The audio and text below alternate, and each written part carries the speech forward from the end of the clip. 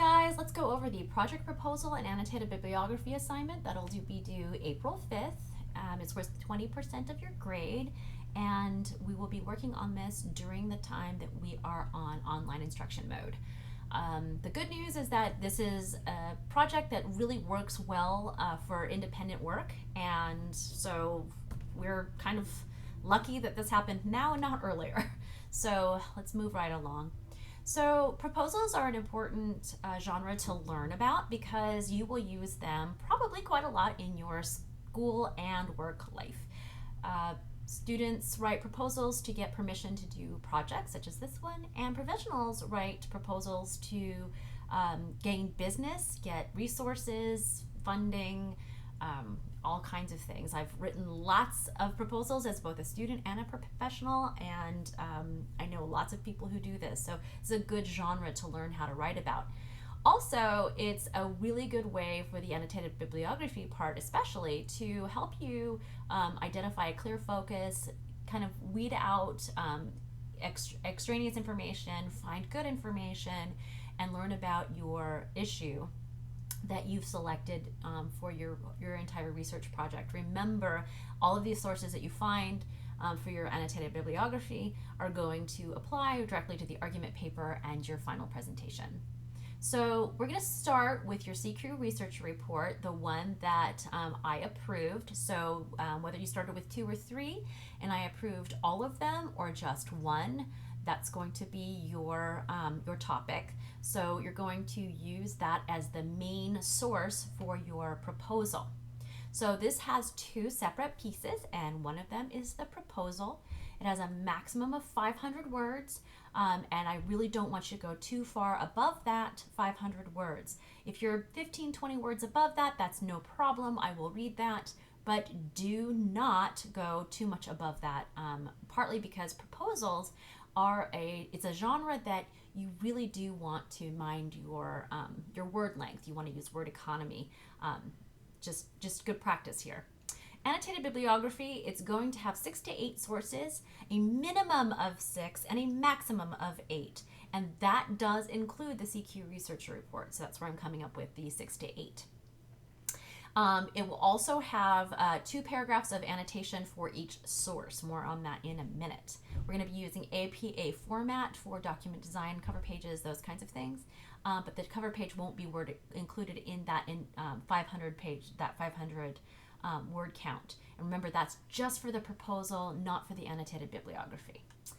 Okay, so your proposal and annotated bibliography, I've given you guys separate instructions for them, even though they will go in the same document. So using your CQ researcher report, you're going to give me an introduction using the research summary template. I am going to be composing a separate video on how to use that. It's just a little tool I made that helps you keep your focus neutral and scholarly. You're also going to do a literature review. The literature review is really just a quick report that describes what your topic, your specific problem, that gives some context or background on how your problem developed. I gave you some questions here on situation, setting, causes, what people are currently arguing about in this problem. For example, in our sample topic, which is physician-assisted suicide, it used to be that people really worried about mercy killings, and everybody, when you talked about physician-assisted suicide, everybody was worried about mercy killings. Today, though, that's less of an issue, and it seems more an issue to talk about patient rights and also the legality of it. For instance, it's legal in certain states, but not legal in other states. So that seems to be more the way it's framed today. So that's what I mean by the current state. And then finally, describing the debate. Really do want you to be able to give me 2 different points of view about the problem or solution. Try not to just simplify it to a for it or against it kind of frame. For example, in our sample text or sample issue of physician-assisted suicide, you wouldn't say that people were for a physician-assisted suicide or against physician-assisted suicide. that would sound funny to be for physician-assisted suicide, right? Like, oh, everybody who's got terminal illness should get physician-assisted suicide. That's not exactly the right way to frame it. We're more looking at the solution. So, are you for legalizing physician-assisted suicide in all states of the United States, or are you against that solution and for a different solution, like moving into better palliative care or end of life care for patients who are suffering terminal illnesses? So that's what I mean by that. Stakeholders are people who are involved in the problem.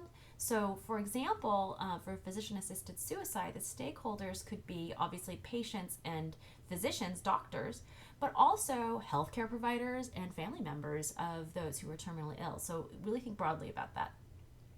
And then finally, how is the problem framed? So, in the case of just physician assisted suicide, it's a moral issue. End of life care, suicide, these are things that bring up our personal value systems and our personal morals. It's kind of difficult to argue moral problems. They are sticky, they are hard, and in general, I find my students who try to argue through a moral lens really have a hard time maintaining their objectivity. But if we frame it as a solution to the problem, if we frame it as legalizing physician-assisted suicide across the United States or not legalizing it across the United States, then it remains a legal problem, which is a much cleaner kind of argument to make. So just think about that as you're doing that. Finally, you want to give a justification, giving good reasons for why we should study this issue. That's kind of the place where you say, this is basically why you should fund or approve my research idea. So please do try to be very scholarly and neutral through your introduction and your literature review. In your justification, though, you can get a little more opinionated. Just hold it back. You're not arguing here, but you are trying to compel your audience. The other thing right here is you really do want to identify the purpose of your proposal. Like what do you want to accomplish by writing this project? And remember, you're proposing a project. You're proposing an argument paper and a presentation. So what do you want to accomplish through that? And who do you want to act on that information? Remember, your audience are the people you intend to do something about your problem, or to understand something about your problem, or to think your problem is more important now than they did before, before they read your project. So that's how you're framing that. Okay, so your annotated bibliography. An annotated bibliography is a list of sources that relate to a specific topic. So once you've selected your topic, you're going to go and find more sources, between 5 and 7, that help you understand your problem further. So remember, one of the resources that you're required to use is your CQ researcher report. That gave you the information up here for your proposal. So that's already included. So it will be an additional 5 to 7 after the CQ researcher report, for a total of 6, but not more than 8. Do not go past 8 sources.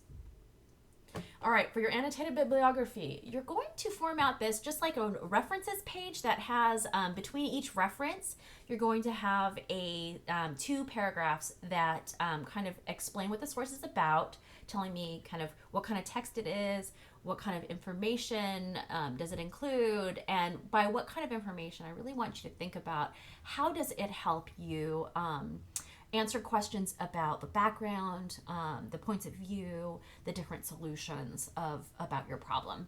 And then that key information from the source. Here, I really want you guys to think very specifically about the best information that you can use from your source, and go ahead and start summarizing and paraphrasing it. If you need to, you can use quotations, and sometimes you'll want to use quotations for the argument paper, but I want you to kind of really think about how you're working through each source, pulling the good information. This can only help you later on to understand your issue, so you want to do a good job on this part so that you don't have to go back and do a lot of reading. So do plan to read each source for your annotated bibliography very carefully, and and kind of that's what you need to do. Your second paragraph is going to be fairly short.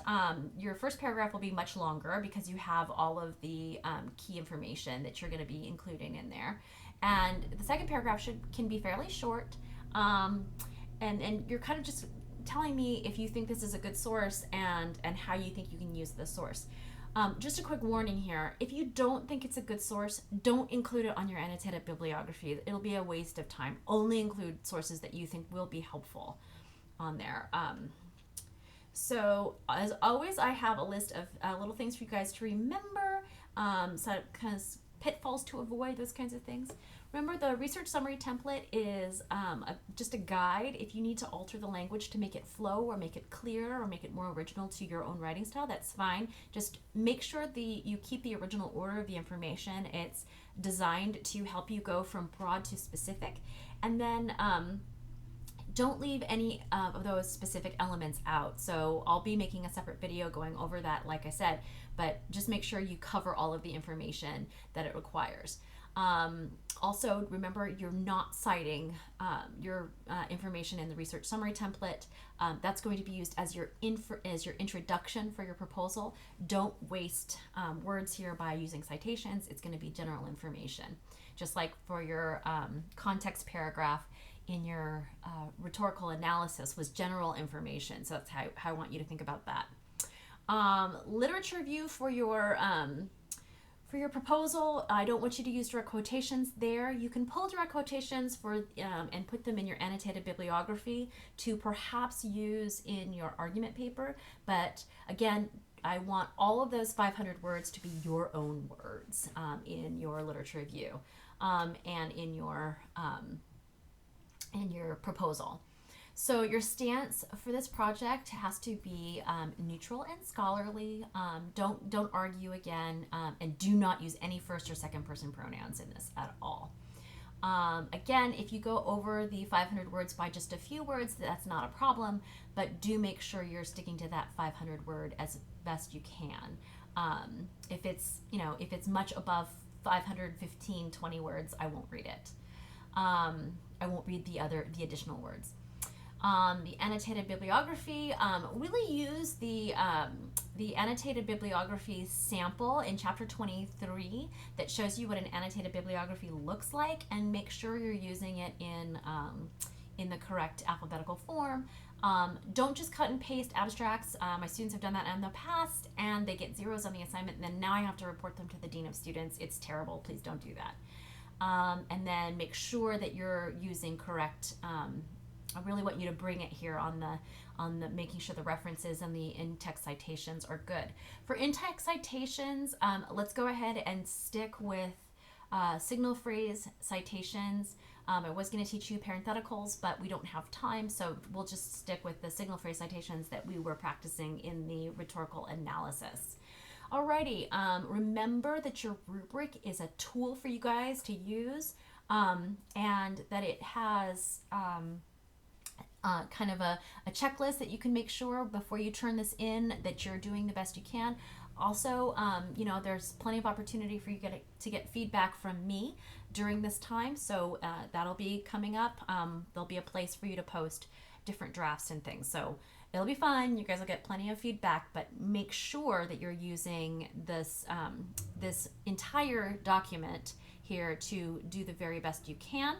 The resources here, most of them, as you'll see, are right from your textbook. So do use your textbook. A lot of the stuff you've already looked through. The rhetorical situation chapter 25, 26, and 28, you've already looked through.